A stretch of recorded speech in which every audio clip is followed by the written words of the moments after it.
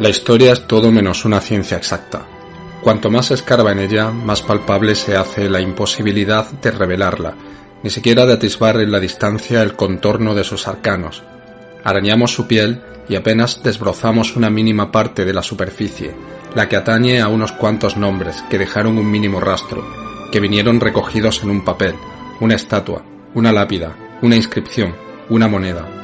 Los papeles, las estatuas y las monedas, a falta de otra cosa, se convierten en una suerte de verdad otorgada que manejamos e interpretamos para reconstruir un mundo tan alejado del nuestro como la onda de una galaxia remota. En el camino se queda un continente vasto e inexplorado que nunca será mostrado. Contamos batallas, movemos ejércitos, leemos testamentos, sustituimos reyes, levantamos edificios, arrasamos ciudades, pero dejamos atrás los rostros, el habla, los olores, los sonidos, la risa y el llanto, las vidas truncadas, los silencios, el miedo atávico a la muerte.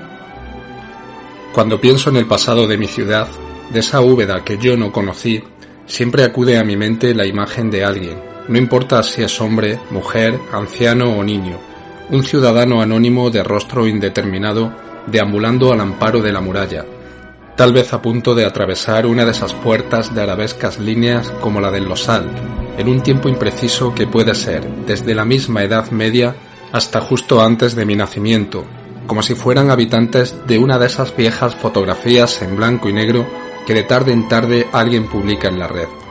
Lo de menos aquí es el cuándo, lo realmente importante, lo que adjudica a la imaginación la dimensión de pasado no es otra cosa que la muralla. El escenario es por sí solo suficiente para evocar una realidad muy pretérita, en este caso la piedra ruda y sin labrar de una cerca que siempre hace mucho que ha perdido su razón de ser. Y es que la muralla, al menos para mí, se encuentra tan ligada a la memoria de Úbeda que no hay otro elemento material que pueda hacerle sombra. Y su alcance sugestivo es tan sólido que incluso la anulación de su espacio, su ausencia misma, no es condición para proyectar una carga retrospectiva muy intensa. No hay otro elemento constructivo que posea una entidad tan vigorosa para la imaginación como la muralla, que provoque tal efusión de falsos recuerdos.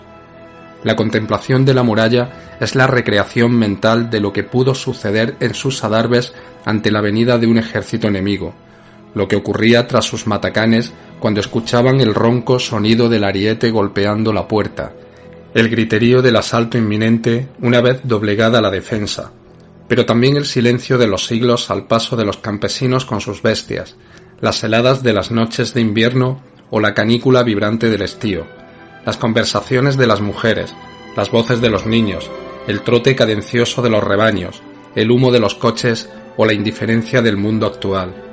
La muralla es un eco poderoso del pasado y un recuerdo permanente de lo que hicimos mal. Sus muñones, esparcidos aquí y allá, son un tributo al olvido, a esa desmemoria selectiva y antojadiza que el hombre despliega de tarde en tarde cuando el ayer se convierte en una incómoda piedra en el camino. Sus rocas no solamente son guiños cansados a mundos perdidos, sino una advertencia palpable de lo que podemos llegar a ser. Por eso, hoy es un buen día para traerla de nuevo hasta aquí. Hablemos de la muralla. Bienvenidos, soy Antonio Ángel del Castillo y esto es Úbeda Historia.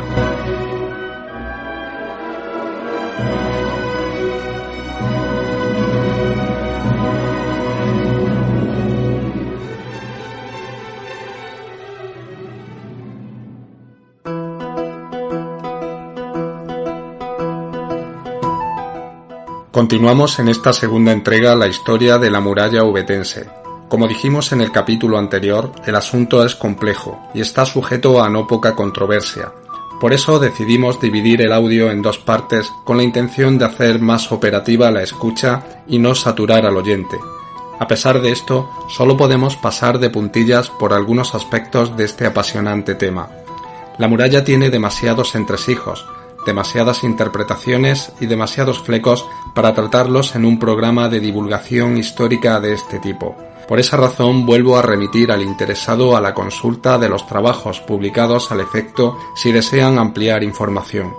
A lo largo del programa, y como hicimos en el pasado episodio, aparecerán de nuevo los nombres de sus autores. El problema principal al que se enfrenta el investigador o el curioso profano de la muralla es la ausencia de gran parte del objeto de su estudio.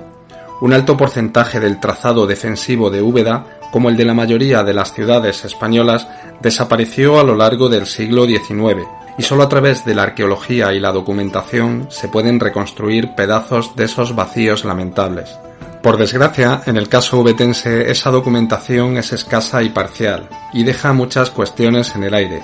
Se requiere buena dosis de paciencia para investigar los libros del Archivo Histórico Municipal, amén de conocimientos paleográficos que permitan la comprensión de los legajos más antiguos, lo que deja el asunto en manos de muy pocos, por no decir uno o dos que se hayan atrevido a escarbar entre sus páginas. Si sumamos a esto la falta prácticamente total de evidencias arqueológicas, el asunto de la muralla se convierte en un intrincado rompecabezas de muy difícil solución. Tan es así que una cuestión tan aparentemente asequible como la constatación de un segundo anillo defensivo que abarcara las parroquias de San Millán, San Nicolás y San Isidoro ha suscitado no pocas polémicas entre los expertos. Y la razón es que, salvo la aparición en los documentos de tal o cual puerta inexistente ahora, o la referencia muy vaga a la cerca en cuestión que el escribano en su día recogió, hoy no queda vestigio alguno de aquel cinturón. ¿Y cómo explicar y comprender algo que no existe? ¿Cómo imaginar arquitecturas pretéritas en lugares donde hoy se levantan bloques de pisos o locales comerciales? ¿Cómo demostrar que aquí había un arco, allí un postigo, más allá discurría la muralla y frente a mí se levantaba una torre? Y aparte de la mera curiosidad, ¿a quién le interesa lo que hubiera o dejara de haber en este o el otro sitio? Como digo, la muralla es materia reservada, no solo en lo que atañe a su conocimiento, sino al número de personas a quien pueda interesar. Pero como ya dije en la primera parte del audio, componer la historia de Úbeda pasando por encima de la muralla es no entender una parte esencial de la misma, algo así como un ultraje a su memoria. Por eso es imprescindible dedicar un tiempo, aunque no sea el que nos gustaría ni el que recogen las fuentes, a su recuerdo. No olvidemos que la muralla ha estado presente en la ciudad mucho más tiempo del que ha estado ausente, y que durante la mayor parte de su periplo, de una manera u otra, cumplió una función útil para los ubetenses de entonces. De haber llegado intacta a nuestros días, hubiera convertido a Úbeda en un auténtico parque temático del pasado. Lástima que la historia muchas veces escriba con renglones torcidos. Dicho esto, ya es hora de continuar con nuestro relato.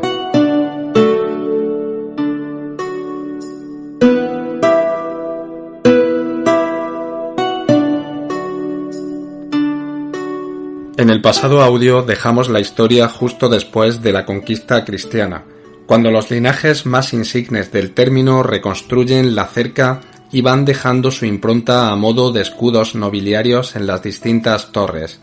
Esto es lo que nos contaba el poeta Jorge de Mercado en aquel poema dudoso compuesto más de 200 años después, donde enumeraba los apellidos y el número de torres levantadas por cada uno. Dejando al margen la propaganda política del señor Mercado o de quien quiera que hilvanara aquellos versos, los hechos son, como ya señalamos, que una vez tomada Úbeda por Fernando III, se hace necesaria la reconstrucción de las defensas, toda vez que la Reconquista frena su avance y el reino de Granada es fronterizo. Por ser Úbeda ciudad de realengo y estar exenta de pagar impuestos, los famosos pontazgos y montazgos, la reparación de la muralla deberá correr a cargo de sus vecinos, aportando una cantidad determinada en función de sus posibilidades económicas. Para llegar a esta situación, una vez estabilizadas las fronteras y ante el estancamiento de la Reconquista, Alfonso X, hijo de Fernando III, había ordenado la fortificación de las ciudades más expuestas del valle del Guadalquivir, entre ellas Úbeda. Los pecheros, es decir, la gente del común, los que no son nobles ni hidalgos y viven de su trabajo, contribuirán con un número determinado de maravedís y algunos días al año de trabajo en la cerca. Será su hijo y sucesor, Sancho IV, quien otorgará el 10 de junio de 1294 en Valladolid un privilegio de franqueza a la ciudad en agradecimiento por el trabajo realizado en la muralla. Es ahora cuando se eximirá a los subetenses del pago de portazgos y montazgos en todo el territorio español, a excepción de las ciudades de Toledo, Sevilla y Murcia. La contribución de los caballeros subetenses, del obispo Pedro Martínez y de las órdenes militares será fundamental para la consecución del proyecto. Es lógico deducir, a tenor de estos datos, que el estado de la muralla tras la toma de Úbeda debía ser bastante precario, al menos en algunos tramos. La situación imponía una urgente reparación y los subetenses se pondrán a ello en las siguientes décadas, recreciendo muros, levantando torres y reorganizando espacios. Tal es así que en 60 años tras la conquista, el rey Sancho IV otorga el privilegio mencionado.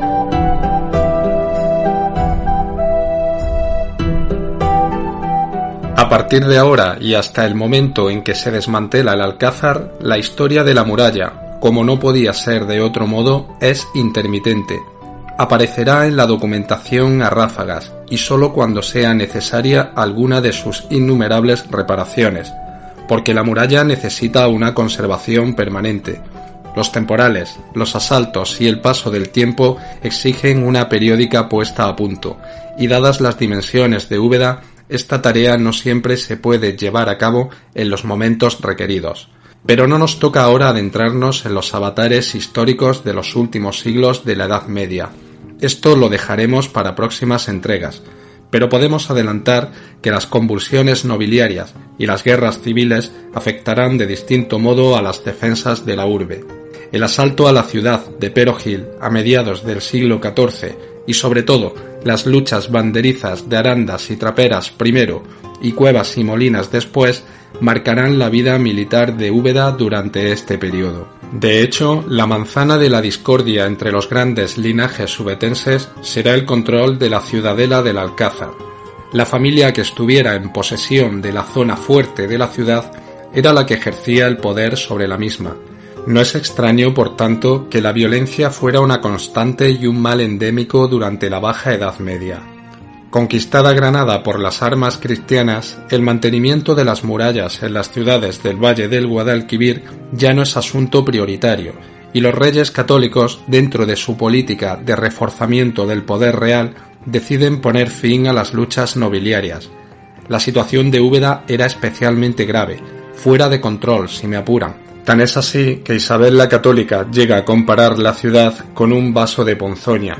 Es por esto que ordenan la demolición del Alcázar, origen de todas aquellas disputas. Los subetenses resisten, y no será hasta 1506 cuando, tras las infructuosas gestiones pacificadoras del licenciado Mogollón, la reina Juana haga cumplir la sentencia. Lo que se destruye es, amén del propio Alcázar, seguimos pensando que debía tratarse de alguna fortificación tipo castillo o torre del homenaje, como dice Ruiz Prieto, especialmente relevante en el interior de la ciudadela.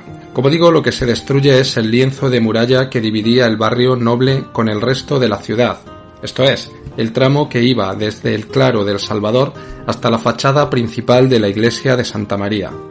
Al parecer, solo se respetó la parte del lienzo que servía de pared a la antigua mezquita, donde ya se había empezado a apoyar la bóveda de la iglesia mayor. El resto de muralla, torres y solares desaparecieron poniéndose a la venta sus piedras en almoneda. En la ciudad solo quedaron en pie construcciones que carecían de valor militar. Con la desaparición del Alcázar como entidad fortificada y separatoria del término, se ponía fin no solo a los enfrentamientos intestinos, sino a la propia Edad Media. Apenas 3 décadas después, la ciudad asistirá a la milagrosa eclosión renacentista. La parte restante de la muralla, lo que hoy contemplamos fragmentariamente, no sufrió cambios, pero no bien entrado el siglo XVI y perdida ya toda función bélica, las autoridades empiezan a adosarle edificios y a darle nuevos usos.